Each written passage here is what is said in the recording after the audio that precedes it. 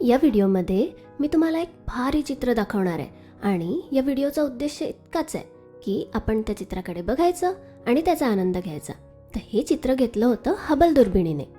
आता ही दुर्बीण पृथ्वीच्या भोवती कक्षेमध्ये फिरत असते, म्हणजे ही पृथ्वीच्या वातावरणाच्याही वर असते, म्हणून यातले चित्र अतिशय स्पष्ट असतात. तर शास्त्रज्ञांनी ही दुर्बीण आपल्या रात्रीच्या आकाशातल्या या भागाकडे रोखली, इथे या लाल चौकोनात. संदर्भ म्हणून इथे चंद्र सुद्धा आहे, पहा. आता अर्थातच चंद्र हा आकाशात सगळीकडे फिरत असतो, हो की नाही? पण त्या रात्री चंद्राच्या बाजूला असलेला अवकाशाचा हा भाग शास्त्रज्ञांनी हबल दुर्बिणीतून बघायचं ठरवलं. बरं, पण शास्त्रज्ञांनी अवकाशातला हाच भाग का बरं निवडला असेल? विचार करा. तर पहा, याचं कारण असं आहे की या भागामध्ये अजिबात कुठलेच तारे किंवा दीर्घिका नव्हत्या. कारण जर दीर्घिका किंवा तारे इथे असते तर त्यांच्या मागे असलेल्या गोष्टी, त्यांच्यापेक्षा दूर असलेल्या गोष्टी त्यांच्या प्रकाशामुळे आपल्याला व्यवस्थित दिसल्या नसत्या. ठीक आहे. आणि मग म्हणून अवकाशातल्या या भागाचं निरीक्षण शास्त्रज्ञांनी करायचं ठरवलं. तर आता फक्त एवढं लक्षात ठेवा की आपण आता जे चित्र पाहणार आहोत ते रात्रीच्या आकाशातल्या या छोट्याशा तुकड्याचं चित्र आहे. आणि अजून एक गोष्ट म्हणजे इथे चंद्र दाखवण्याचा उद्देश हाच आहे की चंद्राच्या तुलनेत इतक्या मोठ्या आकाशात आपण किती छोट्याशा भागाकडे बघतोय हे आपल्याला चंद्राकडे बघून लक्षात येतंय, हो की नाही? तर मग पुन्हा एकदा शास्त्रज्ञांनी हा भाग का बरं निवडला? कारण इथे इतर तारे आणि दीर्घिका नाही आहेत, म्हणजे मग त्यांच्याही पार खूप दूर जे काही असेल अवकाशातलं ते आपल्याला बघता येईल. आणि पुन्हा एकदा लक्षात ठेवा की आपण आता जे चित्र बघणार आहोत ते या छोट्याशा चौकोनामध्ये जे काही आहे त्याचंच चित्र आहे.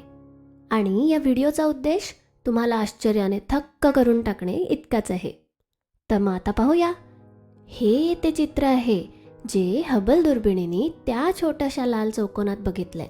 त्या चौकोनात हे सगळं काही होतं.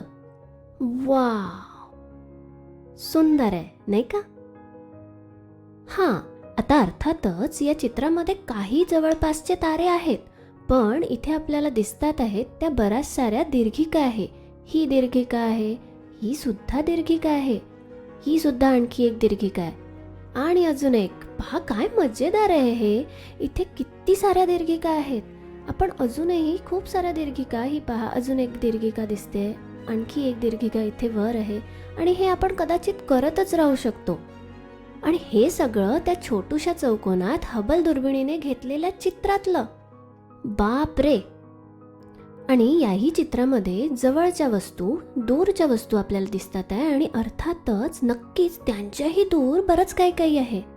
आणि अवकाशातल्या या छोट्याशा भागातल्याही छोट्याशा या भागामध्ये आपण पुन्हा लक्ष केंद्रित केलं तर तिथे आपल्याला अशाच इतक्या साऱ्या गॅलेक्सीज दिसू शकतील, इतक्या साऱ्या दीर्घिका आणि इतके सारे तारे दिसू शकतील.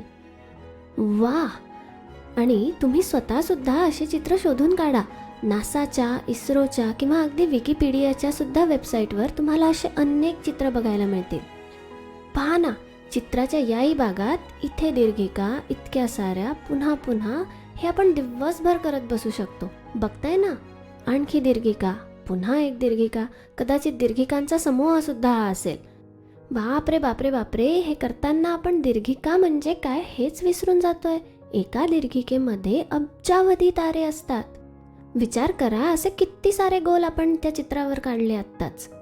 आणि पहा ना, या चित्रातल्या एका दीर्घिकेतला एक पिक्सल, हा एक पिक्सल सुद्धा इतकं मोठं अंतर आहे जे आपण आपल्या मानवाच्या आयुष्यात तर नाहीच, पण आपल्या पूर्ण मानवी अस्तित्वाच्या आयुष्यात सुद्धा पार करण्याची कल्पना करू शकत नाही. इतक्या या प्रचंड मोठ्या गोष्टी आहेत. आणि इतकंच नाही तर त्यांची संख्या अनंत आहे. बापरे, सगळं काही खूपच अकल्पनीय आहे. आहे की नाही मस्त? ह्या व्हिडिओमध्ये मला तुम्हाला फक्त हेच दाखवायचं होतं. पहा, अजूनही आपण इथे खूप साऱ्या दीर्घिका बघू शकतो ज्या आपण मोजल्याच नाही. ह्या मोजायच्याच नसतात, त्या अनंत असतात. पहा, इथे तर दीर्घिकांचे समूह सुद्धा दिसतात आहे. आणि किती सुंदर आहे हे सगळं. तर पहा, या व्हिडिओमध्ये खरंच माहिती फार कमी होती, पण कदाचित तुम्हाला प्रेरणा खूप मिळाली असेल. तर या चित्राकडे असंच बघत राहा. असे अजून चित्र शोधून काढा. ठीक आहे, या व्हिडिओसाठी इतकंच.